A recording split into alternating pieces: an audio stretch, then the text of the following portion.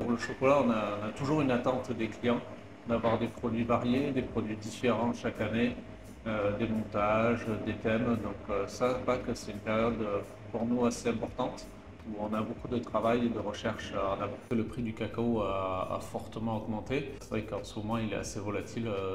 Le cacao est basé sur le prix de la bourse.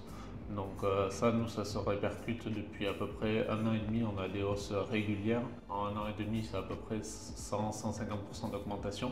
Cette année, c'est la première fois qu'on a pris le parti pris de changer complètement de braquet. Donc avant, on était dépendant des couverturiers qui nous fournissaient du chocolat, comme 90% des chocolatiers et pâtissiers. On a choisi de court-circuiter un peu ce principe et de courtier et tout ça sur le chocolat et de passer en direct. Nous achetons directement les fèves de cacao avec un importateur et nous produisons nous-mêmes notre chocolat, du coup, ce qui peut nous permettre de gérer nos coûts. Il y a des augmentations, mais on est la première année où nous, on arrive à baisser les prix du chocolat. Je vais vous montrer comment on fait le chocolat à la pâtisserie Clément.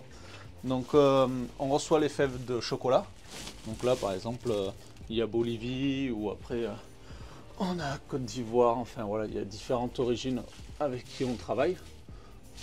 Voilà, donc on reçoit directement du pays qui passe, enfin il y a quand même un importateur qui vient et qui s'occupe d'importer et d'acheminer en Europe, donc il est sur Bordeaux et donc lui il nous fait venir tout le cacao et après voilà on choisit nos sacs, donc c'est des sacs de 65 kg, un peu le même principe que le café. La région qui paye le produit le plus c'est l'Afrique, mais après Afrique on va dire que c'est une fève de cacao assez standard.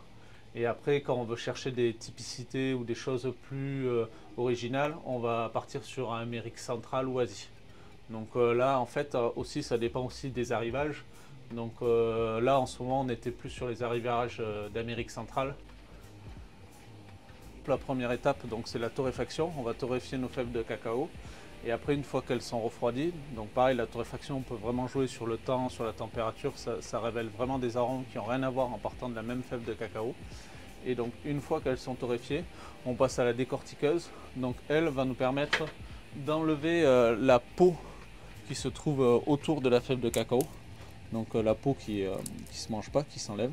Et on va garder que le cœur de la fève de cacao. Donc, elle va condenser et avec une soufflerie, va nous enlever toutes les peaux.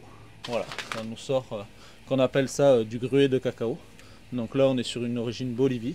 Une fois qu'on a le gruet de cacao, donc le cœur de la fève de cacao, on va la passer dans cette machine qui va faire le premier broyage. Donc on va vraiment écraser. Donc là, on est à 100% de fève de cacao, c'est du pur pâte. Donc ça va nous sortir une pâte à 80 microns de pur cacao. Donc là, on est sur celui-là, c'est Côte d'Ivoire. Et donc voilà, c'est vraiment les prémices. Et là, on est à 100%. Donc déjà, ça a pas mal d'odeurs. C'est là où on ressent vraiment les premières odeurs et la texture et tout du chocolat. Donc là, c'est la dernière étape du chocolat. C'est une broyeuse à billes qui va nous permettre d'affiner notre granulométrie du chocolat. Donc on arrive à peu près à 20 microns. Et nous permet aussi de faire notre conchage et de rajouter tout ce qui rentre dans les ingrédients du chocolat. Donc là, il s'avère que c'est du chocolat au lait qu'on est en train de produire. Donc on va rajouter poudre de lait et sucre. Voilà, pour le chocolat noir, ça va être juste sucre et un peu de beurre de cacao. Enfin voilà, ça dépend les recettes. Après, un chocolat, il faut qu'il soit tempéré. Donc là, on en a plusieurs.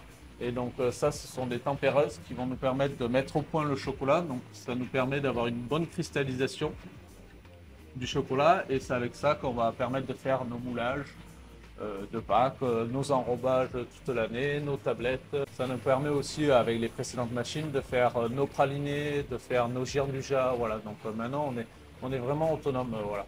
Donc ça, c'était vraiment quelque chose qui est intéressant et qui nous tenait à cœur. Le chocolat, en partant de la torréfaction et toutes les étapes qui suivent, on est sur à peu près 2 jours, voilà, pour arriver à produire notre chocolat.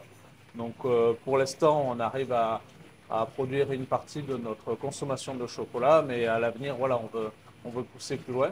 L'objectif, c'est d'atteindre au moins 50% de notre production nous-mêmes, à l'avenir plus, et peut-être arriver à être autonome pour produire notre chocolat entièrement.